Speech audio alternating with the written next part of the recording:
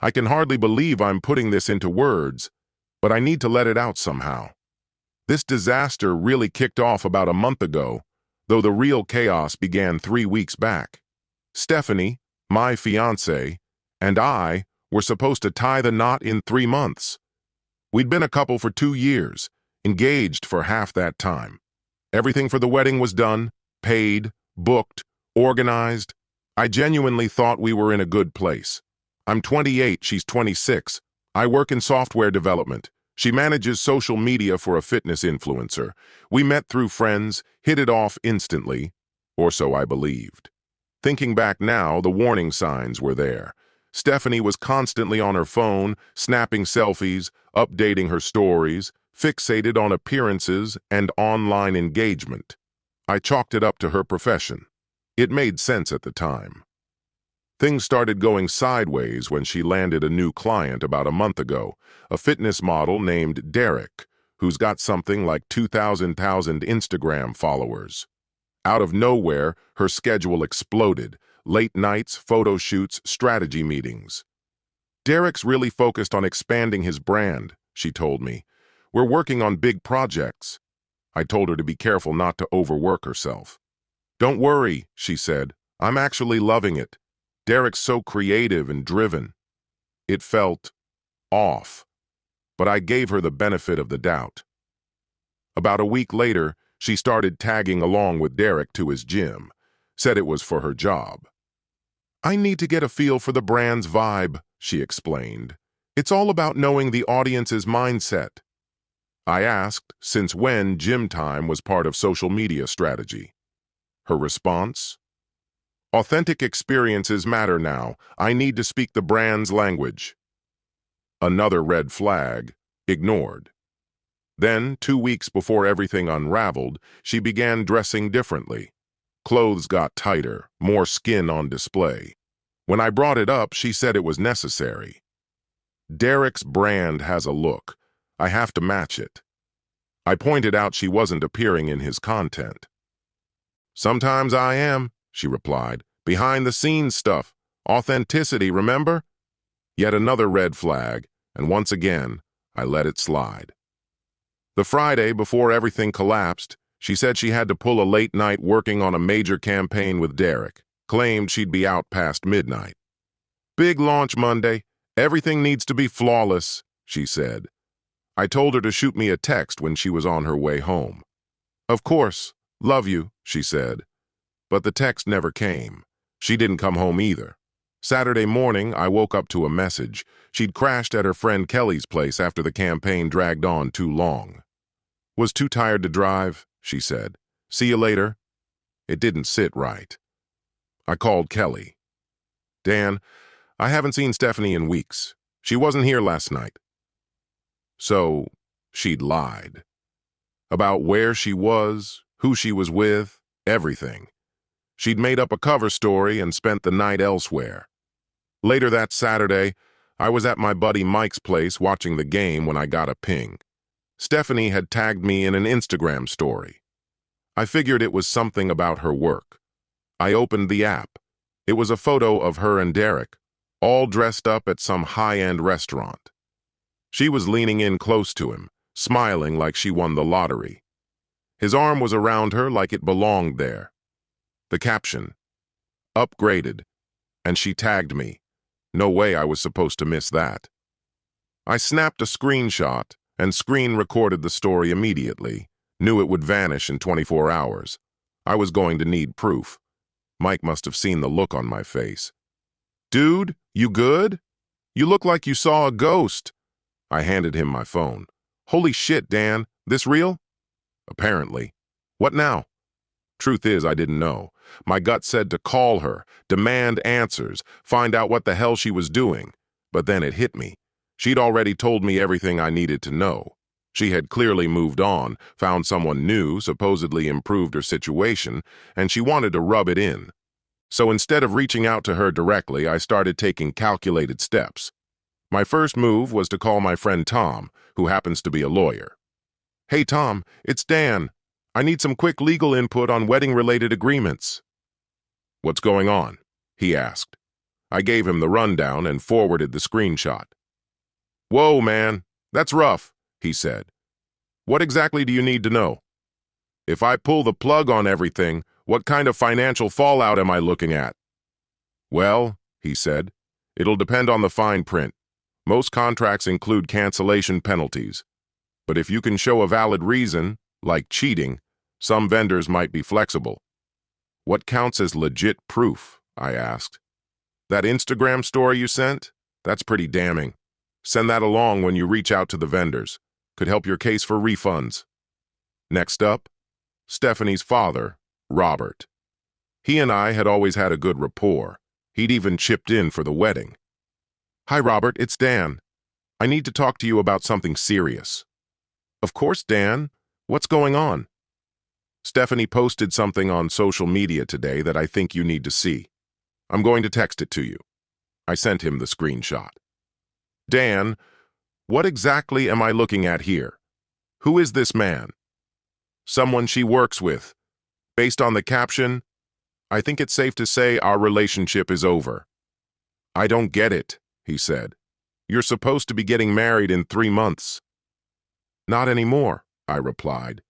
He was quiet for a long beat. "Dan, let me talk to Stephanie. Don't make any sudden decisions. I'm not acting out of emotion. I'm acting on reality." Once that call ended, I contacted the venue, Riverside Manor. We'd already put down a $5,000 deposit and paid another $8,000 toward the total. "Riverside Manor, this is Jennifer." "Hi, Jennifer. This is Dan Williams. I've got a wedding scheduled for October 15th. "Yes, Mr. Williams. What can I assist you with today?" "I need to discuss canceling the event." "Canceling?" "Sir, your wedding is just 3 months away. As per the agreement, I understand the terms. There's been a personal issue with my fiancée. I'm going to send over something that may influence your cancellation policy." I forwarded the screenshot. "Mr. Williams, I'll need to bring this to our management team. I'll get back to you." The rest of my Saturday was consumed with contacting every vendor, photographer, caterer, florist, the band. Each conversation followed the same pattern. I explained the situation, forwarded the screenshot, and asked about the possibility of refunds or leniency. By evening, my phone was buzzing nonstop. Stephanie's side of the family was in meltdown mode. Text from her mother, Susan. "Dan, what is this picture? What's going on?" Message from her sister, Amy. "OMG.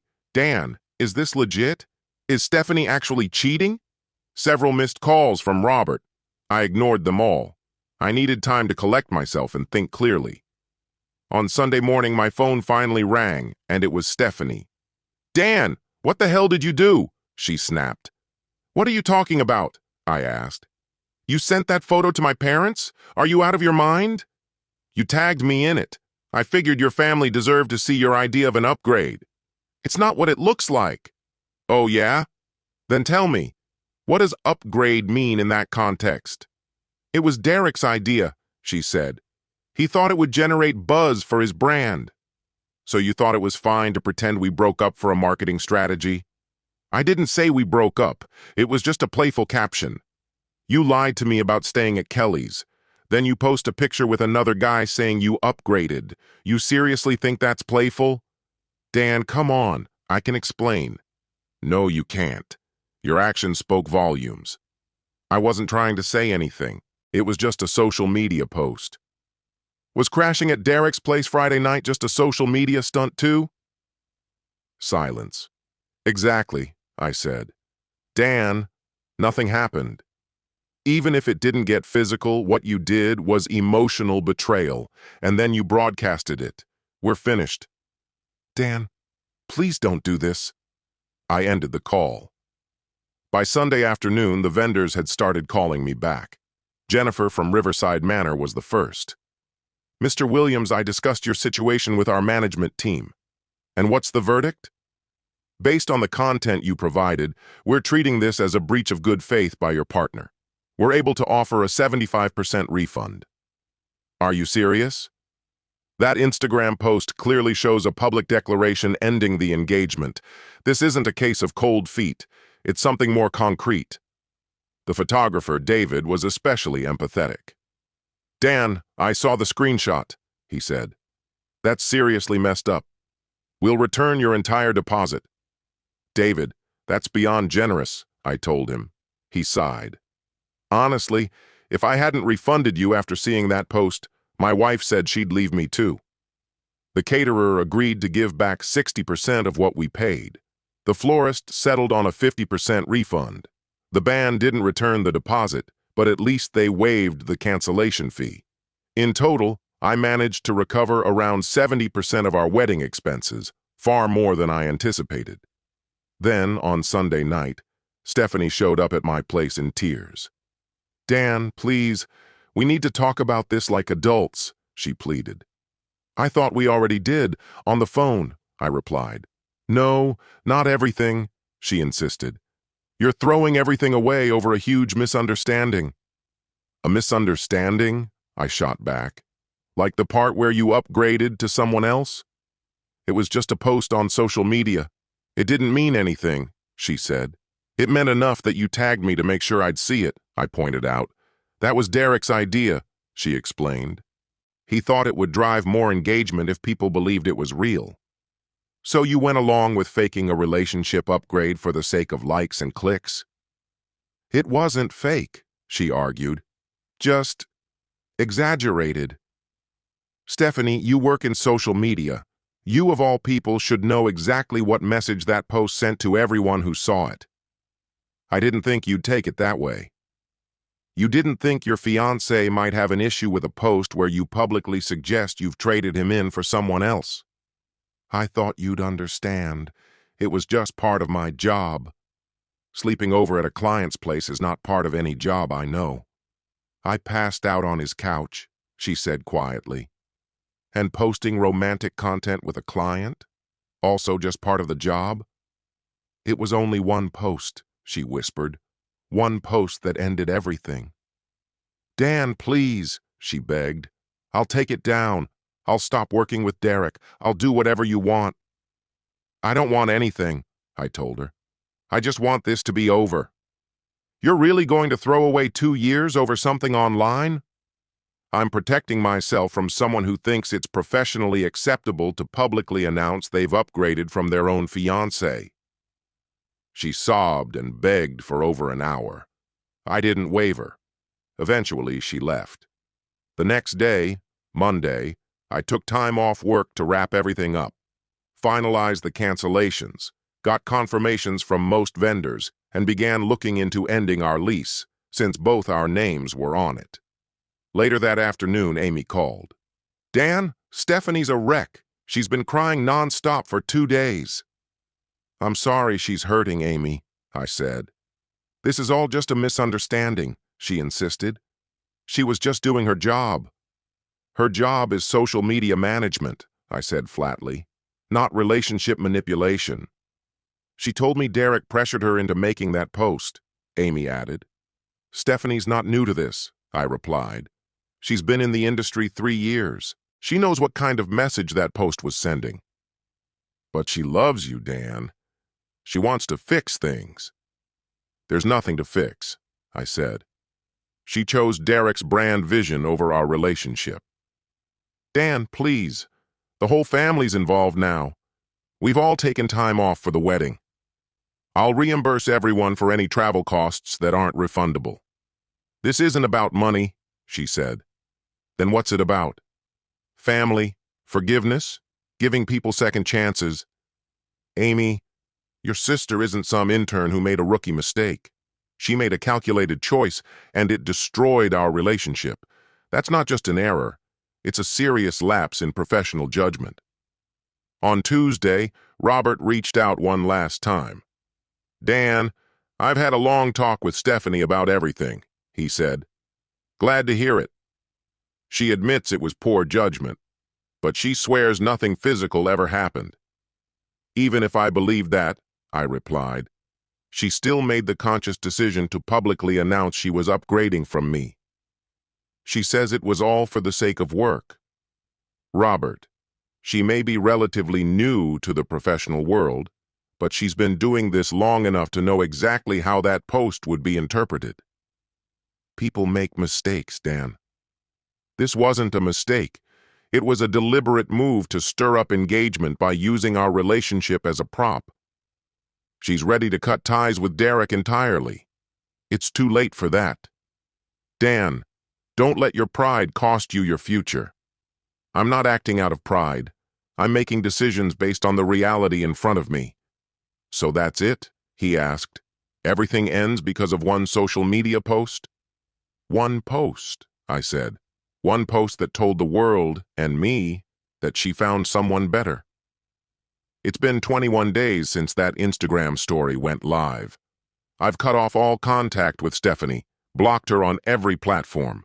The refunds from our vendors have all been finalized. Last weekend, I packed up and moved into a new place. My friends have really shown up for me. Mike in particular keeps reminding me that walking away was the right thing to do. Dan, he said, someone who puts that kind of content online about their own relationship isn't in a place to be married. I know he's right. It just stings that this was what it took to finally see it clearly. But better now than after rings and vows. Tom, my attorney, helped me work through the lease situation. Since both our names were on it, I was still financially responsible for my part. Thankfully, I found a subletter quickly and got that squared away. I started seeing a therapist last week, just to help unpack everything. They told me my reaction was actually a sign of emotional health. You set a firm boundary and stuck to it, without trying to manipulate or control her. That's a sign of real emotional maturity. It doesn't feel mature. It feels like my whole life just imploded. But you made a choice to not tolerate disrespect. That's a powerful form of growth. Yesterday, I reactivated my dating profiles, not because I'm ready to jump into something serious, but because I need to at least start visualizing a way forward. This whole situation made one thing painfully clear. Social media often exposes what people truly value. Stephanie prioritized attention and career optics over our relationship. She chose likes and shares over loyalty. She wanted a viral moment. I gave her a status update, no longer engaged. Sometimes the most effective response to public humiliation is quiet strength and decisive moves. She thought that Instagram post was just clever self-promotion. Turns out it was also her exit statement. My future is now wide open, and honestly, I feel more free than I have in a long time.